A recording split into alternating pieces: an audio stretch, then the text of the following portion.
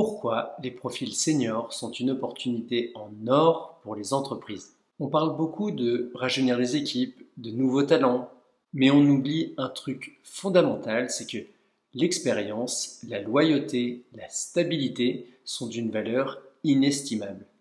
Dans cette vidéo, je vais vous donner 10 raisons concrètes d'embaucher un profil senior, un profil expérimenté. Bien sûr, dans cette vidéo, je généralise, mais il est intéressant de dégager des tendances de fond. Allez, c'est parti.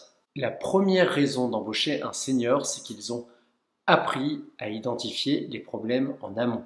L'expérience, c'est avant tout des centaines, des milliers de situations déjà vécues.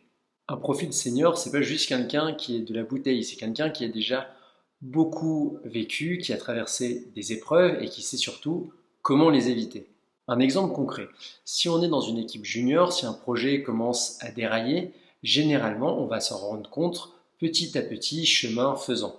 Cette équipe, elle a son énergie pour elle, mais elle manque peut-être un peu de vécu. Le senior, lui, il va sortir sa checklist mentale avant même que les problèmes arrivent, dès les premiers signes avant-coureurs. Tiens, ça me fait penser à ce qui était arrivé cette fois-là. La dernière fois, tel problème avait eu telle implication. Quand on avait fait face à cette situation, on s'était dit a posteriori de faire attention à ces points dans le futur. Les profils expérimentés, ils ont cette possibilité de se référer à leur passé, qui est généralement plus fourni, comme une base de données humaine quelque part.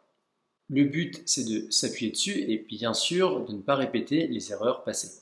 Les plus jeunes, et c'est bien normal, apprennent en faisant et logiquement, il y a de la casse. Si vous recrutez, demandez à votre prochain candidat senior de vous évoquer une galère qu'il avait dû gérer, un gros problème qu'il avait dû traverser, ça va vous en dire énormément sur sa capacité à anticiper les problèmes.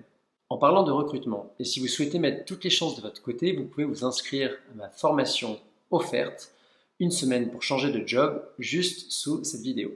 Le deuxième avantage de recruter des seniors, c'est qu'ils sont stables et fiables. Combien de recruteurs j'entends me parler d'un turnover des équipes qui devient insupportable, ces personnes qui vont changer de job tous les ans, tous les 2 ans. Eh bien, un senior, généralement, il est parti pour rester. Un senior ne cherche pas à changer de job tous les 6 mois. Il veut s'investir, il veut transmettre, valoriser peut-être une dernière expérience dans sa carrière. Dans une entreprise, la stabilité des équipes, c'est de l'or. Moins de recrutement, plus de cohésion des équipes et la transmission du savoir et des bonnes pratiques. Puisque les profils qui changent tout le temps de job, en tout cas régulièrement, et notamment les jeunes, ont l'air de ne pas plaire aux recruteurs, et on comprend bien pourquoi, embaucher des seniors. Que ce soit dans leur conception des choses ou leur ambition future, les seniors recherchent souvent la stabilité. Sur la fiabilité, les seniors accordent souvent beaucoup d'importance à la parole donnée et à la notion d'engagement personnel. Non pas que les jeunes ne le fassent pas d'ailleurs, mais les seniors y sont souvent encore plus sensibles. Et la fiabilité, c'est la qualité numéro 1 qu'attend tout manager de ses équipes. On peut vouloir être le meilleur, mais le principal objectif, c'est déjà de faire le job en temps et en heure, sans excès de zèle, et ça déjà, c'est très bien. Si vous êtes recruteur, je vous invite à essayer de changer dans vos annonces ambitieux et dynamique par stable et fiable. Vous ne recevrez pas du tout les mêmes candidatures. Le troisième avantage, c'est que les seniors transmettent naturellement. L'un des plus gros atouts des seniors, c'est qu'ils savent former, transmettre, et d'ailleurs, ils le font souvent hyper naturellement, juste dans leur quotidien. C'est quelque chose qui se développe avec l'âge bien souvent. Dans une équipe, un senior devient souvent le référentiel. Il écoute, il tempère, il partage des méthodes qui vont éviter des erreurs bêtes. Et en plus, il va donner confiance aux jeunes, en leur rappelant qu'eux aussi sont passés par là, qu'il n'y a pas besoin de s'inquiéter et de mettre la charrue avant les bœufs, qui vont progresser, etc., etc. Dans toute l'histoire de l'humanité, c'est l'ancien qui a transmis aux jeunes. Alors, ok, évidemment, des bouleversements, et notamment technologiques, rebattent un peu les cartes. Mais les bases de l'harmonie d'un groupe et de la transmission du savoir qui datent de dizaines, voire de centaines de milliers d'années, ne vont pas disparaître en un claquement de doigts. Manager, si vous me regardez, je vous invite à mettre en place des binômes intergénérationnels dans vos équipes. Et vous allez voir à quel point ça booste la cohésion et l'efficacité. Leur quatrième avantage au profil expérimenté, c'est qu'ils gèrent mieux la pression. C'est un peu la posture des personnages de Clint Eastwood dans ses derniers films. C'est un peu le vieux briscard qui observe, qui se tait et qui va parler au bon moment et que rien ne perturbe. À 50 ans, généralement, vous avez connu des crises, des plans sociaux, des décisions absurdes, donc plus rien vous perturbe, vous relativisez. Les seniors sont souvent ceux qui gardent leur sang-froid quand tout le monde s'affole, et s'il y a bien une qualité en matière de leadership et de management importante, c'est bien celle-ci. Il n'y a pas de mystère, c'est encore une qualité que l'on ne peut acquérir qu'avec le temps. Donc si vos équipes doivent prendre des décisions rapides et aux conséquences importantes, il est évident que disposer de quelques cheveux grisonnants dans l'équipe va vraiment être un gage de bonne tenue des opérations et un garde-fou pour tout le monde. La cinquième raison, c'est que les seniors incarnent la mémoire de l'entreprise. Même plus que ça, parfois, c'est la mémoire d'un secteur. Ils connaissent souvent les clients, les fournisseurs, ce qui marche pas. Et ça, c'est une base de données que même la meilleure IA ne peut pas remplacer, ou en tout cas encore remplacer. Je vous donne un exemple que j'ai bien connu, celui du monde industriel. Il y a toute une génération des techniciens de maintenance qui va partir à la retraite. Et bien souvent, leur savoir-faire n'est pas ou très peu documenté. Et en fait, les industriels commencent à se gratter la tête en se disant si Jean-Michel part à la retraite et qu'il ne nous a rien transmis, on va faire comment pour faire tourner et entretenir les lignes de production demain. Bien sûr, les nouveaux venus sont formés, ce sont des gens diplômés, mais ça ne remplace pas le complément essentiel qui est la transmission du savoir-faire terrain très concret. L'information est là pourtant, hein. Il suffit de se pencher pour la récolter.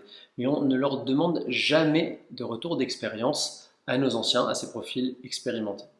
Et c'est vrai qu'on préfère plus aborder les réussites fulgurantes d'un jeune sorti d'école et qui a fait décoller sa start-up en 2-3 ans. Une idée, si vous êtes RH, c'est d'organiser des sortes de conférences mémoire, où vous pourriez demander à un collaborateur expérimenté de relater une histoire d'entreprise qu'il a pu vivre et ce qu'il en a retenu. Vous verrez, non seulement c'est fédérateur pour les équipes, mais surtout très instructif. La sixième raison, c'est que les seniors sont plus orientés solution que statut. À partir d'un certain âge, effectivement, on s'en moque de qui a raison, on veut juste que les choses marchent et avancent. Les seniors ont souvent moins d'écho et sont plus pragmatiques, et ça, dans une équipe, ça change beaucoup de choses. Quand vous n'avez que des jeunes loups qui ont les dents qui rayent le parquet, forcément, ça complique un peu la dynamique collective d'une équipe. Observez juste les comportements en réunion. Les plus jeunes sont généralement plus impliqués dans la discussion, laissent peu de choses ou rien passer. Les seniors, eux, sont plus dans l'écoute, dans l'observation. Ils n'interviendront que quand c'est incontournable pour eux. Avec les seniors, les discussions, c'est moins de vent et d'esbrouffe et plus d'action et de résultats. La septième raison, c'est que bien souvent, ils ont une éthique de travail solide. Les seniors ont souvent grandi avec une culture du travail bien fait, de la parole donnée, de l'engagement. Et ça, dans une époque où tout va très vite, tout change, c'est une sorte de boussole. Et on parle beaucoup de culture d'entreprise toxique où la recherche de la performance à tout prix se cache derrière les baby-foot et les team building. Mais il n'y a pas que la performance dans la vie. Valoriser autant la tenue des engagements que la performance dans une équipe, c'est hyper intéressant. Cela renforce une culture de confiance. La huitième raison, c'est que les seniors s'adaptent très bien et ils l'ont fait tout au long de leur carrière. On dit souvent que les seniors sont moins adaptables, c'est complètement faux. On parle quand même de personnes qui sont passées du fax aux visioconférences Teams en passant par le cloud, Internet et les beepers TamTam pour ceux qui les ont connus. Bref, ils sont passés du louis d'or au Bitcoin. Ne les sous-estimons pas car en plus ils sont en mode survie. Les recruteurs n'arrêtent pas de leur fermer la porte au nez et de leur renvoyer leur expérience à la figure pour justifier leur non-embauche. Et quand on n'a plus le choix, on fait souvent preuve de créativité, on recherche des solutions et c'est le cas des seniors, j'en connais beaucoup qui sont sur cette voie. La neuvième raison, c'est qu'ils élèvent bien souvent le niveau collectif. Quand tu mets un senior dans une équipe, le niveau monte. Généralement, les jeunes s'appliquent plus. En fait, on veut toujours briller aux yeux d'un mentor. Les échanges gagnent aussi en profondeur car tout le monde fait l'échange de bien se faire comprendre et d'écouter l'autre. Forcément, les décisions deviennent plus réfléchies. Là aussi, si vous êtes manager, une fois tous les trimestres par exemple, faites des sortes de tables rondes intergénérationnelles et voyez l'influence que ça peut avoir sur l'énergie et la cohésion de l'équipe. La 10e raison, elle est hyper importante, c'est vraiment une remise en question collective, c'est que les seniors nous rappellent la valeur du travail. Ils viennent d'une époque où tout travail mérite salaire. Et ils ne se sont jamais bradés. Et c'est le grand mal de notre époque, c'est pour des super qualifications, et ben vous allez avoir des salaires dérisoires. Arrêtons de croire que toute cette valeur présente chez les seniors peut s'acheter à bas coût.